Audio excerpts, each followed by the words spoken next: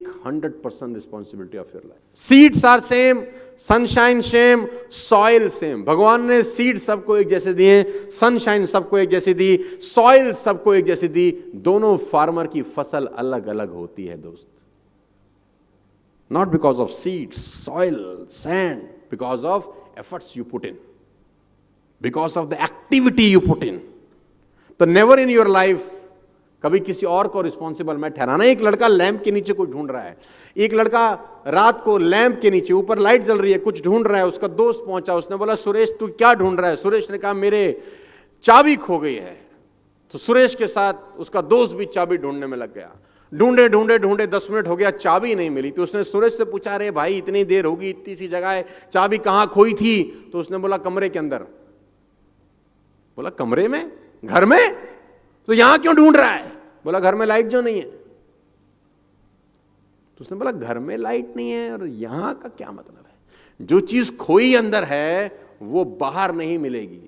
जो चीज खोई अंदर होती है वो अंदर ही ढूंढने से मिलती है. इसीलिए मैं बोलता हूं अपनी ही तलाशी लेनी है, अपनी ही तलाशी लेनी है. You are responsible for everything.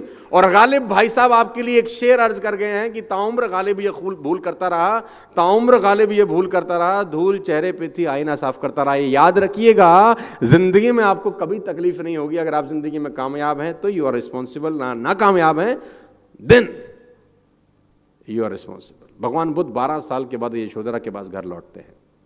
भगवान बुद्ध 12 साल की तपस्या के बाद यशोधरा के घर लौटते हैं और अपने ही घर में भिक्षा मांगने जाते हैं. दरवाज़ा खटखटाते हैं. यशोधरा ने दरवाज़ा खोला. अब वो भगवान बुद्ध को देखकर अवाक रह गई.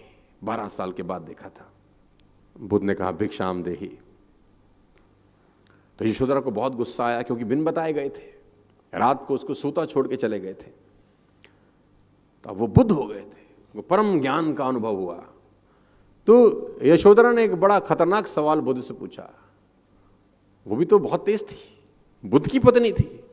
उसने बोला जिसको खोजने जंगल में गए थे क्या वो घर पे नहीं था. बड़ा खतरनाक सवाल था.